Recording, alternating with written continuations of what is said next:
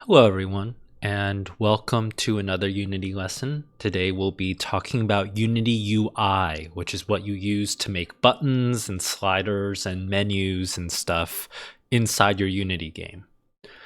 First, we'll start with some simple stuff like getting some text and like images and stuff to appear. Then we'll talk about some of the specific Unity UI positioning features, such as the canvas scaler or anchors. So if you ever have any problems with getting your UI elements to appear on your screen, that's probably where you want to look. Then we'll talk about more interactive stuff like using buttons and sliders. I'll show you how to make a very simple progress bar or health bar UI widget thing. And then we'll talk about probably the most complicated thing that most people need Unity UI to use, which is to make something that automatically resizes based on like how much text you typed in or whatever. So that'll be about using something called layout groups. And then I want to show you something really useful called the canvas group. And I think these are just basically the basic tools you need to know to use Unity UI pretty effectively for most use cases, I think. So let's get into it. First, let's talk about text and image. So here's my Unity screen. This is just a new 2D project with a new scene. To add some UI objects, I'm just going to, maybe I'll switch it over to the default one. So to add some UI objects, first, I just need to go to my hierarchy, go to the plus menu, go to plus UI, and then you'll see there's so many options like text, image, buttons, sliders, scroll bar, all this stuff. It's all pretty good and helpful. We won't be doing much Text Mesh Pro stuff, but you can probably learn it, figure it out yourself after this. Raw image is how you get UI to display something that isn't imported as a sprite. It's just imported as any texture anywhere in your project. So raw image is sometimes useful. And then there's also plenty of other cool stuff that we'll get to very shortly. For now, let's just get some text on the screen. So go to UI, text. By default, the UI is set to use every 1 meter of your game world is 1 pixel on your screen. So by default, the canvas is pretty huge. So just double click on that canvas and you'll zoom out to it in 2D mode. And then here's my text object right here. Let me just brighten that up so you can see it a little bit better. So zoom in onto your UI text object and move it around. When we created that text object, you'll notice Unity also made this other stuff. It made a canvas object automatically for us. We'll get into that shortly. And an event system automatically for us. We'll talk about that as well. But for now, let's just look at our text object, which is a child of your canvas. All your UI objects need to be children of this canvas object, no exceptions. If your UI object is not a child or grandchild or great-grandchild of your canvas, then it will not show up. And what's happening is every canvas is grabbing all of the UI objects and then compositing them all and then generating a mesh. So that's why they need to be on the canvas, because this canvas is what's in charge of actually rendering everything to the screen. But over here, we also have a text object right here. And if you zoom into your text, you'll see, first of all, there's a text box. There's places for you to customize the font and alignment and all that stuff. There's these settings called overflow. That's probably the most important in terms of functionality here. And overflow is what happens if you're writing too much text and it doesn't fit in your text box. So if I make this font really big, and then my font text box is a little bit too small, you'll notice all that text disappeared, right? That's because of my overflow settings. So whenever you create text, you'll usually want to check out the size of your text box and also double check your overflow settings right here. So for instance, right now it's set to horizontally wrap, and then if there's too much room there, then it will also truncate, which will just not show any line if it can't fit in it the vertical space. So for example, if I switch this to overflow, and then overflow, you'll notice now the text will show up no matter how big this text box is. So sometimes you want that and sometimes you don't. It really, really depends. For now, let's just leave our text there. And yeah, let's just say that's good enough for now. Let's jazz up our text a little bit though.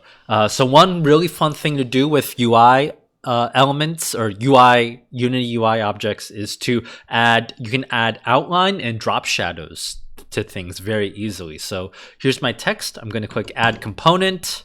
I'm going to search for outline. And here you can see the outline. Let me change this to like a wacky color right here. Now you can see it's glowing red right here. And that's because I added this red outline object. And you can also adjust how big or thick that outline is by just making these numbers bigger. So by default, that's -1 and 1. And that results in a very kind of faint outline. But if you change this to a bigger number, the outline effect starts kind of losing its readability. And then you can see what the outline effect actually is. It's just making a copy of whatever you have and then offsetting it. That's all the outline thing is. So, it does have its limitations. You probably won't want to increase the effect distance too much, or you'll want to make sure you're using a bold font and then it'll read a little bit better. Yeah, that looks okay. You can also add a drop shadow. So click add component and search for shadow. And the drop shadow works by the same principle. It's making a copy of whatever we have. And then based on these numbers, it's just duplicating that underneath. So that's all that drop shadow is. But sometimes, it can result in a really cool Windows 95, mid-90s kind of aesthetic that is kind of cool. I don't know. Yeah, it's like word art or something. Anyway, that's text. Let's move on then to images. So if you click on this plus icon right here, UI image, it will add a new image object, and that image takes any sprite as its input. So here I'll select this circle as my image, and now I'm rendering a circle to the screen. And now it looks like that. One tip, if you're scaling things with this rectangle tool, that's the 5th tool in the top left right here, you'll want to hold down shift. And when you hold down shift, you scale on both axes at the same time and maintain proportion. So that can be useful sometimes. There, that looks good, right? That looks like something. And then I want to show you a variant on all this, and that's something called a panel. So if I go to right click on here, go to UI panel, or I can go on the plus menu, UI panel, whichever way you prefer. Panel is basically just creating an image with the square sprite already set to it. So that's all panel is. And this is now maybe a good time to talk about rendering order in the UI. So you'll notice here with my UI panel, if I just make it a little bit more opaque, you'll see it's rendering in front of everything. And the rendering order of UI objects is determined by the order in the hierarchy.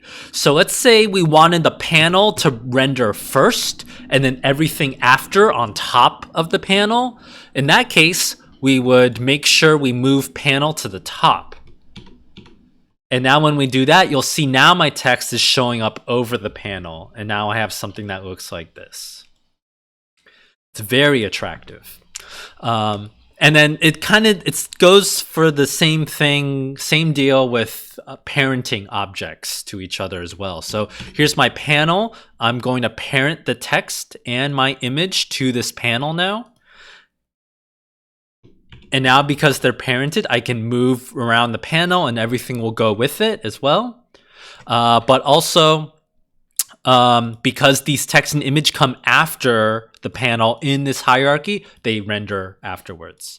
But of course, this image is after the text. So this image still covers the text.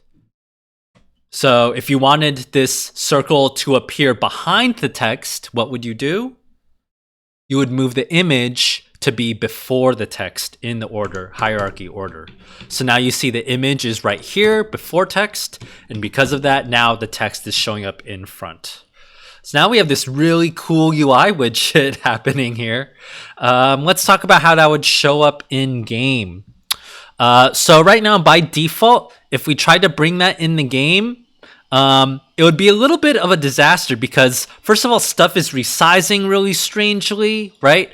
If you don't see the game preview, by default, it's behind your scene tab. You might want to drag that out. So I'm going to drag my game tab out and dock it right here. That's really useful for working with UI stuff because you can see how it'll change based on your aspect ratio. And right now we can see the panel is resizing based on the aspect ratio. And also based on the resolution, things might get either really big or really small. So after you have a few UI objects set up, the next thing you need to do is the next part of our lesson. We need to configure our canvas. We need to look at the canvas scaler, and we need to talk about the anchors on each UI object. So let's move on. I'm going to go to my canvas, select it here in the hierarchy, and you'll see this canvas has several components on it. First of all, this canvas has screen space overlay by default, but you can also tell it to do screen space camera or world space. Screen space camera like glues it in front of the camera. Let me show you what that looks like. And then let me assign my main camera here. And what that looks like now is if I zoom over to my canvas here, you'll see based on wherever my camera is looking right here, you can see I'm in 3D mode. Now the canvas, instead of being overlaid artificially in an additional pass on top of the camera feed, now it's literally like kind of glued to the camera transform. So you can see no matter where I rotate this main camera, the UI canvas is following. And sometimes you want it like that. But sometimes that means the UI object will show up behind like your game world or behind your scenery. So if you do this, just make sure you probably want to set the plane distance here to a pretty small number, like 1 meter in front of the camera instead of 100 meters away from the camera. You can also do something called world space. World space means it'll just be like a poster, like an object in the world that you can move around or rotate. That's really good for like 3D UI elements or 3D screens and stuff like that. But we're just gonna take it easy. We're just gonna use the regular screen space overlay for now. Instead, I want to draw your attention to this canvas scaler thing. This is probably the big thing you need to change. By default, the canvas scaler is set to something called constant pixel size. Constant pixel size means that Unity UI will try to keep the resolution the same no matter how big your screen resolution is. And usually that's not what you want. It's really, really bad that this is the default setting. By default, you probably almost always want this UI scale mode actually to be set to scale with screen size. And that's what I would recommend here. And with scale with screen size, I would also recommend changing this reference resolution to whatever resolution your game is using.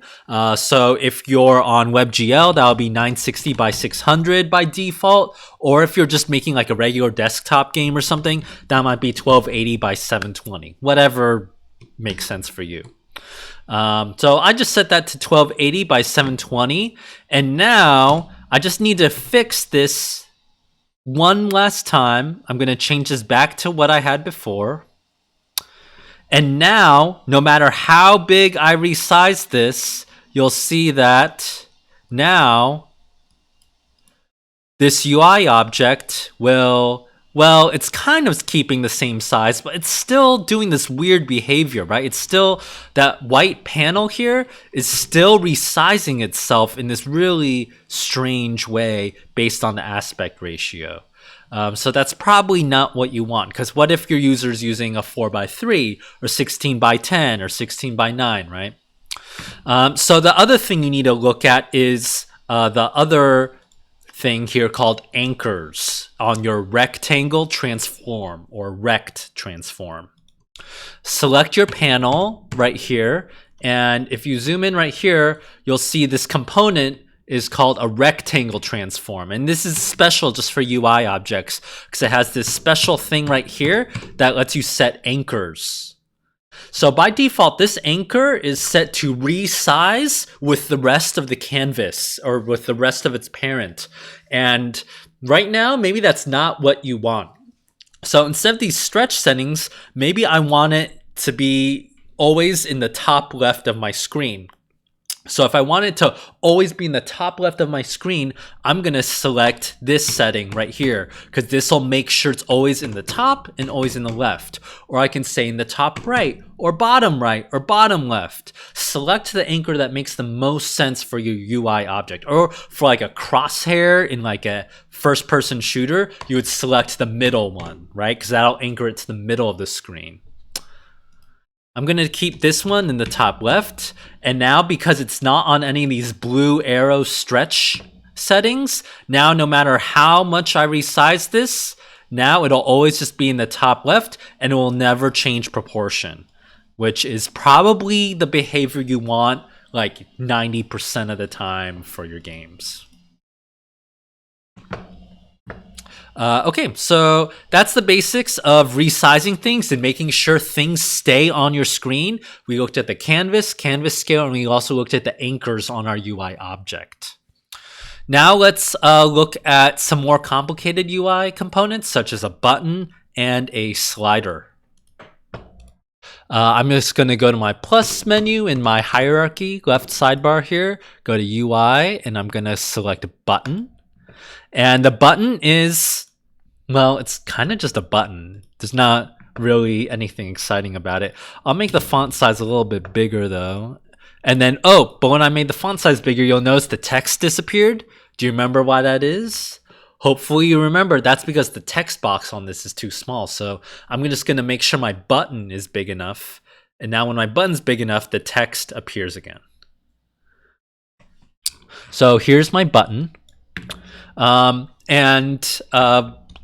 To make your button actually do stuff, you'll want to select your button, then look at the button component in the inspector. And over here, you can see a lot of different, like you can change the color it appears by default based on whether you're hovering over it or clicking on it.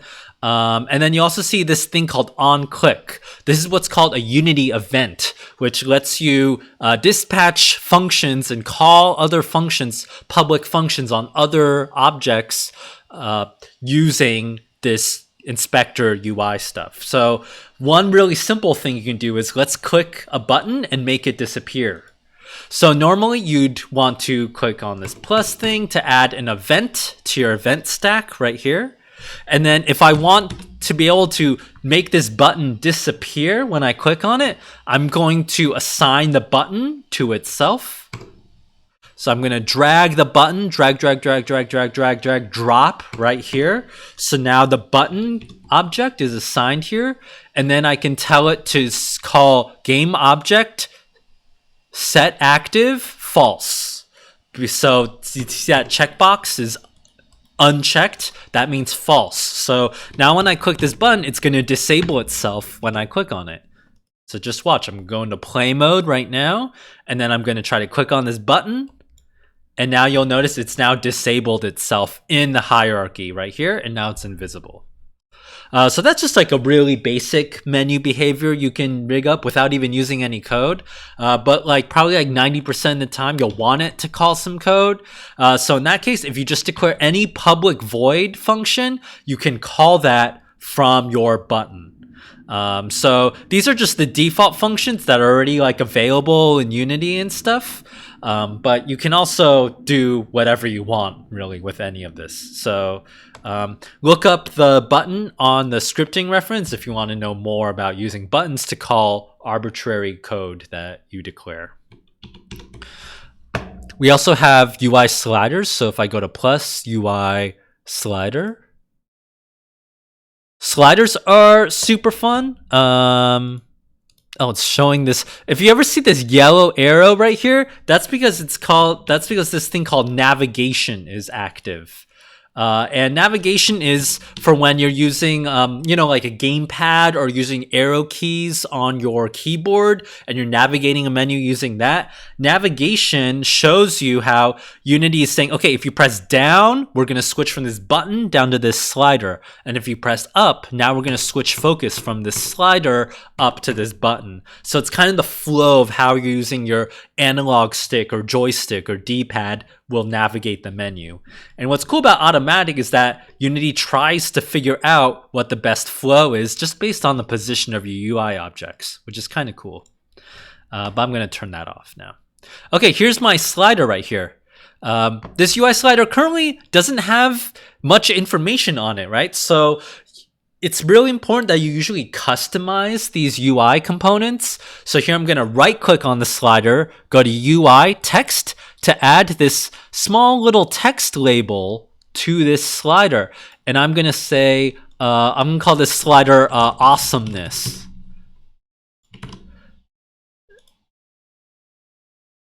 Right here, that's the label for this slider that I've just created, and it's just parented to the slider like that. That's the text label.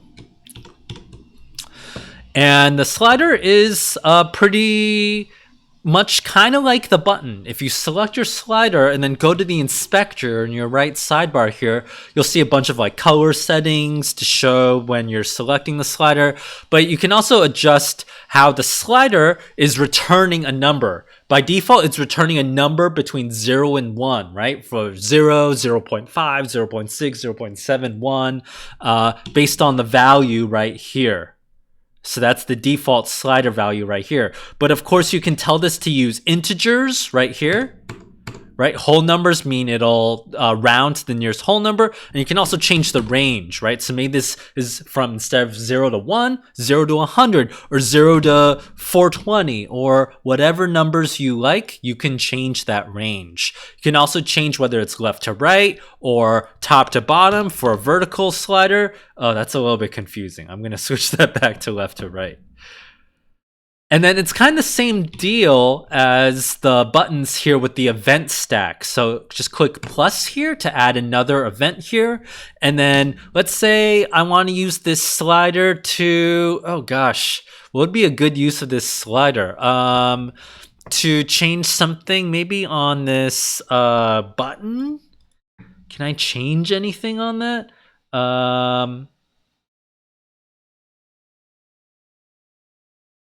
I don't know, I can say on the button when you change the value, you can also feed in that slider value to something. So let's say, oh, canvas set alpha. How about that? And now when I should probably change this back to 0 and 1. Go into plus. And now I change this slider. You can see now this slider is fading that button in and out. That's because it's feeding that value from 0 to 1 into another variable or function on that button. And now I can hook all that stuff up. You'll notice though, that's only changing that image background, right? The word button is still appearing there. We'll solve that another way near the end of this lesson. Okay, so that's buttons and that's sliders. Those are two really useful image controls. Now, one other really common use case here is you usually want to make some kind of progress bar or health bar in your game. To do that, you might say, oh, what if I just used a slider right here, and then what if I just hid the handle object? And then isn't that one way to make a progress bar, right? And you're not wrong. That's not too bad. Right, so here's my slider right here, and you can see now that I've recolored the slider, it looks like a progress bar, health bar, or something like that, right? That's okay, but it's a little bit complicated just because you'll notice the slider has all these extra features to like handle the slider functionality. There's actually a simpler way to do all this stuff, and there's some good benefits to doing it this other way too. So to do it this other way, I'm going to add a new UI panel. I'm going to shrink this down to be about this big. Oh, I should enable this handle. Okay. So here's my panel, and now I'm going to have a second panel right here. So I have one panel right here, and then I've duplicated the panel on top of itself. So you can see now there's two UI panels on top of each other.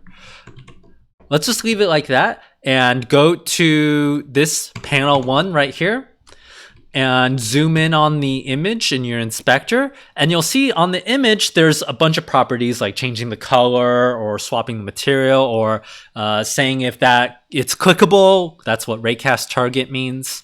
I'm going to change image type here. So there's a wide variety of things from sliced to tiled to simple. Click on this question mark to know more about what these image types are. But for now, let's just try filled. And what filled is it lets you make a simple progress bar really fast. So I'm going to set my sprite back to none. Oh, wait, I have to set it to something. Oh, well.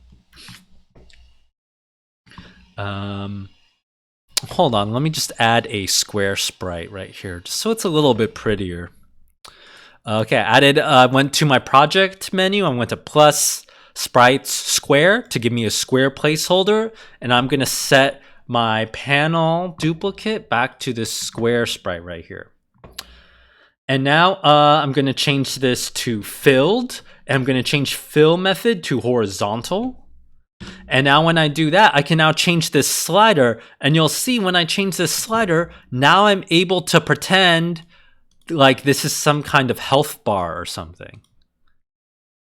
Just using this. So now I don't have to create a slider and like play with all these different objects or something. I can just take an image and set the image type to something called filled. And based on your filled settings, you can make a progress bar or health bar or whatever. And then you just use code to set this fill amount, a number from 0 to 0.5 to 1.0. So that's a really much easier, much cleaner, simpler way of making some kind of health bar or progress bar right there. So health bar B3, health bar in front. Sorry, just doing a little bit of cleanup. Okay. So, oh no, did I make everything disappear?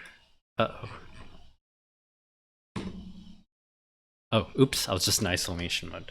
Okay, the other cool thing about using the UI fill is it lets you make different kinds of progress bars. So like let's say I make this UI image, set this to the circle sprite right here, and then I can change this to filled, and then you can see it's set to something called radial 360.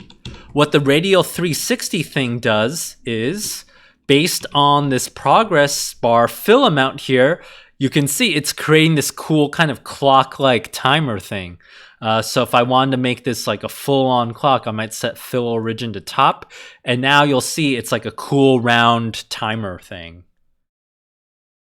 So that's another useful way of making another kind of timer progress bar UI element. And best of all, it's just one image, and you just set that to the filled image type.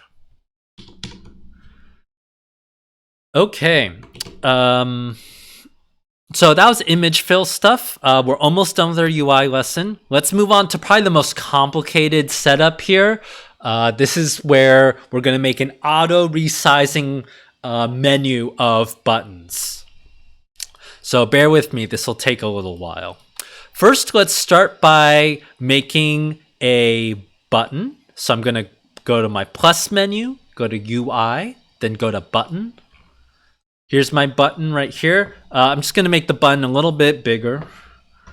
Go to my text here, font size 32, then enlarge the button. Yeah, that's a little bit better. Okay, so let's say we have like a text box or text message or a button or whatever in our game, and we want this to resize based on how much text is in the button or on our text message or label or whatever. We can definitely do that without using code. This is a built-in UI function, but it's a little bit tricky. So let's just watch what happens here. Here's my button, and let's say I make this really long button text, really long button label. So here you see the button label is pretty long. It has a lot of words in there, but you can see right now the button did not resize to fit all this text. It just says really long instead of really long button label. So we want to make this button resize based on how big, how much text that's using there. So to do that, we need to use something called layout groups. So first I'm going to go to my button here, and I'm going to click something called, going to go to add component, and I'm going to search for horizontal layout group and put that in there. On our button, to configure this horizontal layout group, the only thing you really need to do is to enable something called control child size. Control child size is kind of confusing, and it also won't even really work right here, just because of the way we've configured things right here. Control child size is, oh God, how do I explain it? There's a link. I'll put a link in the YouTube description here that links to a really good, like 500 word essay that tries to explain what control child size means.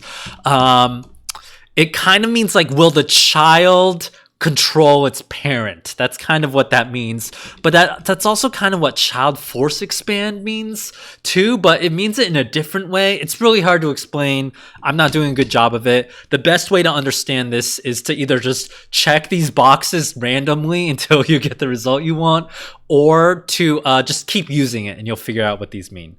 But suffice to say, everyone is confused what this control child size thing means, and Unity is really unhelpful about what it means. So let's just move on.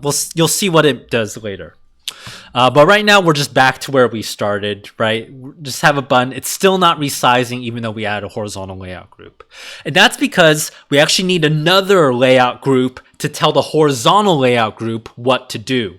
This horizontal layout group only knows stuff about the text, but we also need another layout group that can tell the image button container to resize. So to do that, I'm going to go to my canvas or go to my hierarchy, click on the plus icon here, go to UI panel.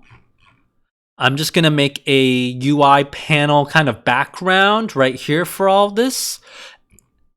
So I'm going to call this button panel menu background. And then I'm going to parent the button to the button panel menu background. So it's like this.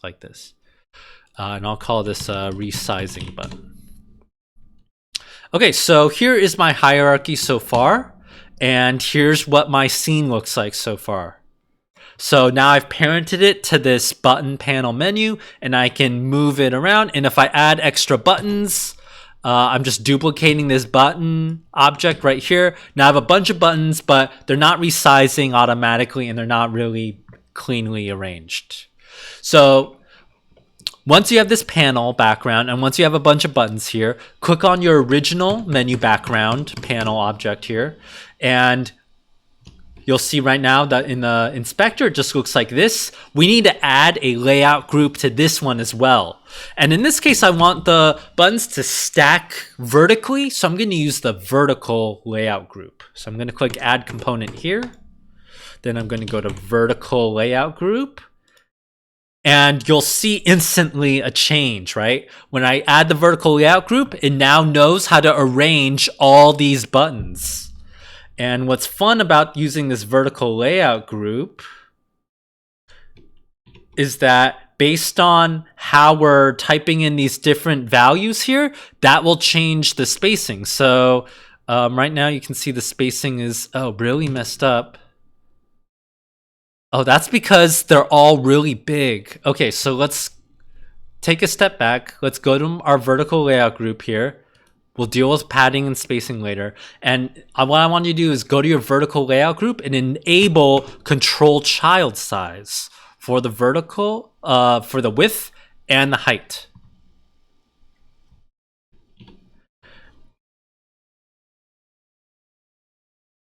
And you'll see what that does is that is now controlling the size of every button. So we're kind of almost there. What we need to do next is we need to add something called a content size fitter. So I'm going to click add component, search for content size fitter. Content size fitter will attempt to resize this UI object according to how much stuff is inside it. So we had the vertical layout group, which is helping to rearrange everything and space everything out. And now content size fitter will help us resize the vertical fit to the minimum size. So set vertical fit to preferred size. And now we're able to resize all these buttons based on how much text is in there. So now I'm gonna make this button label really, really long. So much text. Oh my goodness. So much. OMG, OMG, OMG, right? And now you can see it all, the entire menu panel is resizing to accommodate that text. So to review, every individual button here has a layout group, and that layout group has control child size enabled. Next, here I'm going to my parent container in my hierarchy that has all of these child parents right here. And this parent panel container thing has a vertical layout group with control child size enabled, and it also has something called content size fitter. Now, it's not quite pretty. You can play with all these settings, of course. Like if you change this padding setting on your layout group, right? You'll add extra padding to your buttons. So now it looks kind of nice. You know, that gives you space for like a nice border around every button. And then if I select my parent right here, I can also change the spacing between these buttons. So now they're being spaced far apart automatically. Or I can also pad around the background of these buttons. So now you can see this gray padding margin around it. And again, the best part of this is all without any code we had to write. This is the UI system automatically detecting how much content is in this panel and automatically resizing to accommodate it. So isn't that nice? And that's probably the most complicated thing you probably will have to do with a UI panel, make stuff automatically resize. Basically, you have to play with UI layout groups, and you basically have to play with this content size fitter thing. Okay, so that was the most complicated thing we're going to do today. And then lastly, I want to show you something called canvas group. So before, you might have noticed that when we were going this play button right here, and when I was changing this slider right here, I can't see anything. Oh, there we go. I was able to control the transparency on this button, but even though when I did that, it didn't affect the text. That's because this slider is only affecting the button background, but not the actual text object that's right here, right?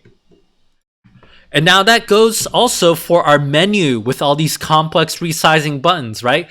If we wanted to fade in and fade out this object, it's super complicated. We'd have to individually go to every text and every image and fade out that color.